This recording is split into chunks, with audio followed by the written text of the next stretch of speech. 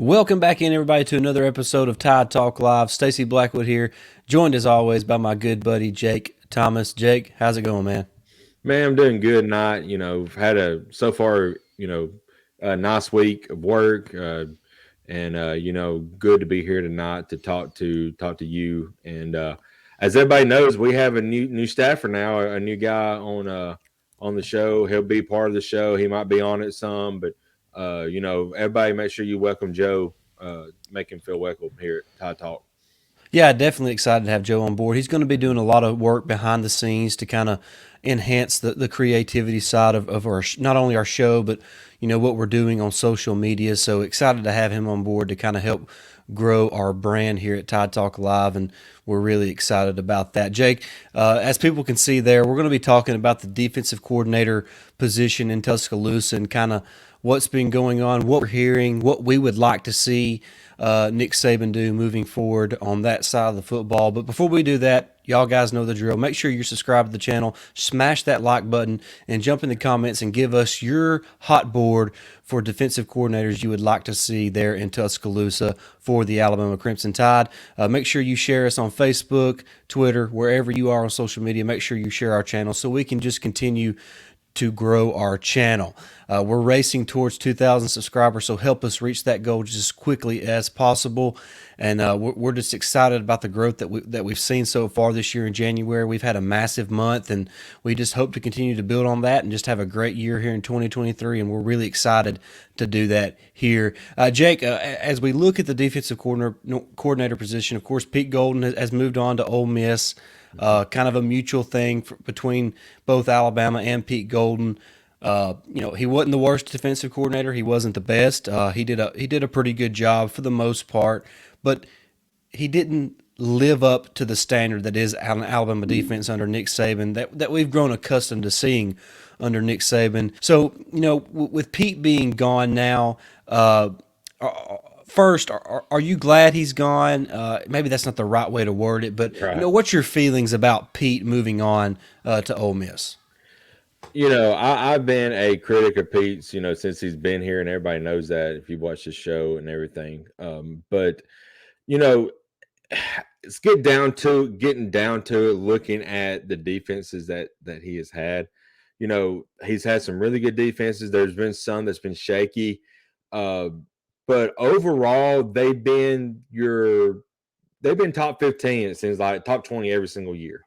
So, maybe he didn't live up to the expectation, but expectations have kind of changed with college football because offenses are geared up like they are now.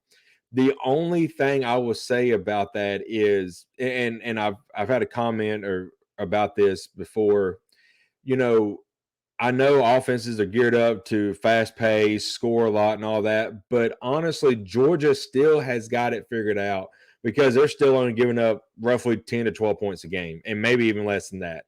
So it's not the Alabama standard, but I know there is a chance he can get back to that. So who's the next guy going to be? And he's going to have a lot to live up to because I know there's going to be a lot of expectations on him. Yeah, as far as Pete Golden goes, look, like I said, he wasn't elite by any stretch of the imagination, but he wasn't as terrible as what most Alabama fans tried to present him as. He was over criticized. There's no doubt about it. But I think the biggest issue that I had with Pete was the fact that it seemed like under Golding, our defense was not quite as disciplined as it was under previous coordinators like Kirby Smart or Jeremy Pruitt. It just seems like there was too many penalties in key situations, too many misalignments, or Mm-hmm. being out of position on too many key situations, and I think that is really what led to a lot of the frustration from Alabama fans. Just some of the situational type mistakes that were made by the defense. Like what comes to mind is obviously allowing Tennessee to move so quickly into the field goal range there with what 20 seconds left or so. Right. Then allowing LSU in overtime to run a zone read for a touchdown on their first possession. It's just that's just those are just inexcusable things, Jake, and it comes from a lack of focus, a lack of discipline, and I think that's something that this Alabama defense has missed over the last few seasons is that edge and that lack of discipline on that side of the football. So I'm looking forward to kind of getting back to that style of defense, Jake, because the players are there, the talent is there. Right. It's just about making the right play at the right time, and hopefully Alabama can do that whenever they hire a new defensive coordinator, and he can kind of get those kinks worked out. And this is going to be an interesting hire. It's going to be an important hire for Coach Saban.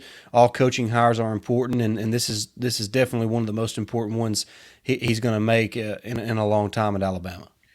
Yeah, I agree. And I have a couple of buddies at work that we've gone back and forth on this, and we have a couple guys feel like this was the move needed, not more so a Bill O'Brien needing to leave, and he's still on the staff, but it seems like this was needed more because just be honest, I know it was ugly, but we did score 52 against Tennessee. I mean, that's more than enough to win the ball game, and we still lose. I mean, we scored 30, I think 32 against LSU, and we still lost that. So maybe, I don't want to point fingers, but maybe this was the move needed, not so much as the other guy. But who's to know? So Yeah, you could certainly make the argument, and you could make the case on other for other direction as well. I mean, the offense was definitely lackluster in several Absolutely. occasions, so I think it was a little bit of both. But Pete has had more time, and it just hasn't. Yeah. The lack of discipline and those type things have kind of went on for a little bit too long, and it's time to kind of turn a new leaf and go in a different direction with a different guy. And before we give our hot board on who would like to see or who we think we're going to see as the new defensive coordinator at Alabama, got to tell you a little bit about our sponsors. BetUS. If you haven't already, look in the description below. Click the link to BetUS and sign up today, and you will receive a 125% bonus on your first deposit. And not only will you receive that bonus from BetUS, you will then be entered into our contest that we're having here at Tide Talk Live to win $500 if we reach 30 sign-ups and 30 deposits on BetUS. So make sure you sign up today. Also, we have a brand new sponsor. This is our first show with them as a sponsor. Latoran Watches, a very, very nice watch brand, has teamed up with us here at Tide Talk Live. Their link is going to be in the description below as well. When you click that link and find the perfect watch for you, when you buy it, you will receive free shipping on that purchase. So make sure you do that today. All right, Jake, look, real quickly, we're going to go over a few names that each of us would like. First of all, Jake, I think I already know the answer, but if you could just hire whoever you wanted to be the defensive coordinator at Alabama, who would that be? Probably Jeremy Pruitt. Yeah, okay. So But- we'll just get that out of the way. We both Right. prefer Jeremy Pruitt. Well, yeah, and from what I have seen, it don't look like he's actually going to be the guy, but he may be an analyst role per se, which I'm fine with. Let him get all the kinks worked out through NCAA and Tennessee, but just having his mind, his defensive mind in that, in that locker room and in that, coaching meetings and all that just will help out. But Glenn Schumann, I think, will be another great hire, and Jim Leonard. Those are the other two names that's been brought up. So. Yeah, obviously Pruitt to me would be the best hire simply because of he's an elite defensive coordinator. Yeah. And he has history at Alabama. He's worked with Coach Saban. He knows what's expected of him. So it would just kind of be a match made in heaven from that perspective. But I'm with you. It doesn't seem like he is going to be the guy at DC simply because of what's kind of hovering over him in regards to the NCAA for what happened at Tennessee. But to me, I think right now you have to believe that it's probably going to be Glenn Schumann, the Georgia co-defensive coordinator with Will Muschamp, a guy who was a GA from Alabama. He's worked with Kirby. He's worked with I think he worked with Jeremy Pruitt for a time. So he has a lot of good pedigree. He worked with Dan Lanning, obviously, before Lanning took the head coaching job at Oregon. So he has a lot of good guys that he's worked for, especially defensive minds. So he would be a great guy, a young guy. I think he's 32 or 33 years old. So he's really green, But Jake, he knows the system, he knows the scheme, and he's going to know what's expected coming from working for Kirby Smart to come work for Nick Saban. He knows that Coach Saban's going to want to play elite defense. He's going to want to play an attacking style of defense, and I think that would really be a good fit for Alabama. Plus, we know that he can recruit. He's done a heck of a job for Georgia, bringing in some of the top talent in the country. Absolutely. I think, it's going to be key who the next defensive guy is, defense coordinator, because he's going to have a lot to, he's got a lot on his plate for sure. Because I mean, we know how Alabama fans are; they want that elite defense, and I feel like you said we have the talent. There's no reason why we shouldn't be an elite defense, and I think just getting the right guy in there will make wonders, and will make that happen. Yeah, and when I look at the possibility, Jim Leonard is another name. He's the least likely of all the names that I'm hearing, simply because it's kind of been made known that he would prefer to coach in the NFL. So I imagine there's going to be opportunities for him at that level. Also, he's never worked for Coach Saban before, and we know that Coach Saban kind of likes to hire guys that he's familiar with. So that's also something to kind of keep in mind. I'm not saying it won't happen. I'm just saying out of the guys that we've been talking about, it's the least likely to happen. But I would be extremely excited to have Glenn Schumann on board. I think he would be just a fantastic hire. I think he's one of the fast risers in the country. And also bringing in Austin Armstrong to kind of Yes. coach, be on the coaching staff there, Jake. He is one of the better young coaches in the country, a guy that not a lot of people know about. But he really turned that Southern Miss defense around the 2 years that he was there, and they made tremendous strides. They had like 4 all-conference players this last year from the defensive side of the ball, so you know that he knows how to coach that side of the ball, and I'm excited to see, kind of what he does at Alabama. I imagine he's going to be coaching the inside linebackers. And I think that would be great. Guys like Deontay Lawson, Sean Murphy, Jahad Campbell, Justin Jefferson, the guy who's coming in from JUCO, who's just a phenomenal athlete.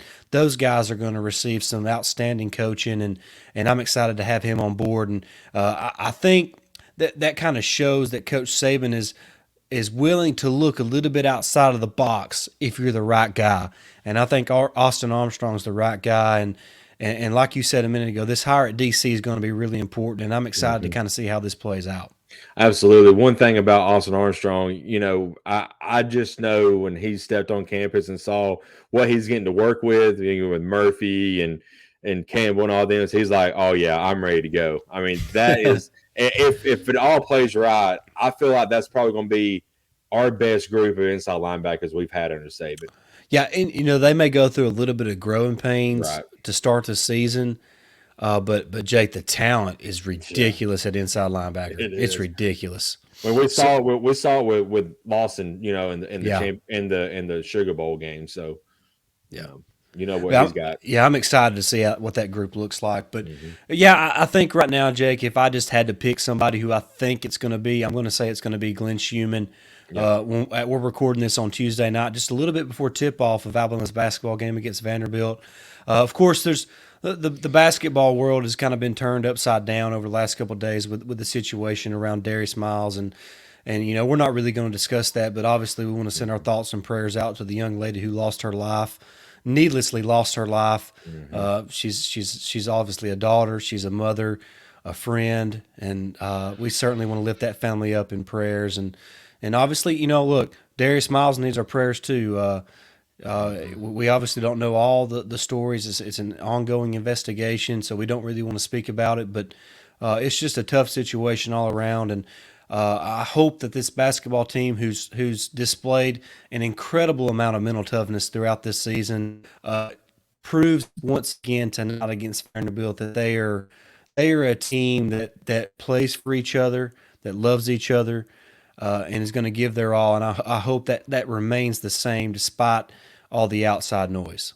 Yeah, I agree. And you said everything perfectly, man. It's just everybody, needs prayers in this situation because, yeah, the young lady lost her life, and now she has, her son's going to grow up without a mother, and it's just a sad situation all around. So be in prayer for him, be in prayer for her family, and be in prayer for Darius Miles and the other guy, because stupid acts. Even though as ridiculous as it is, they need prayer as well, because the power of prayer can change anybody's life, and I've seen that myself. So hopefully they both get straightened out on this. Yeah, no doubt. And look, uh, one thing that has bothered me, and this just isn't about the Darius Miles situation, or it's just in general, and it's just the age that we live in. I think we have forgotten that you are innocent until proven guilty. Right. And Exactly. I'm not saying he's innocent. I'm Right. saying that we don't have all the facts. No. It's We do still not have. ongoing It's an ongoing investigation. investigation. We don't have all the facts, and it's wrong to sit here and judge somebody when you don't know all the facts, Right. regardless of the situation. Look, Hmm. does it look bad? Obviously, it looks pretty bad, Hmm. Right. but we don't know all the facts. And I just wish that we would get out of the mindset. And like I said, this just isn't about the Miles situation. This is just overall on social media. It drives me Hmm. crazy. Yeah. We're ready to crucify somebody the moment anything is said about them that is in a negative light. It's Right. unbelievable. It is. So yeah, I just you said everything perfectly, man.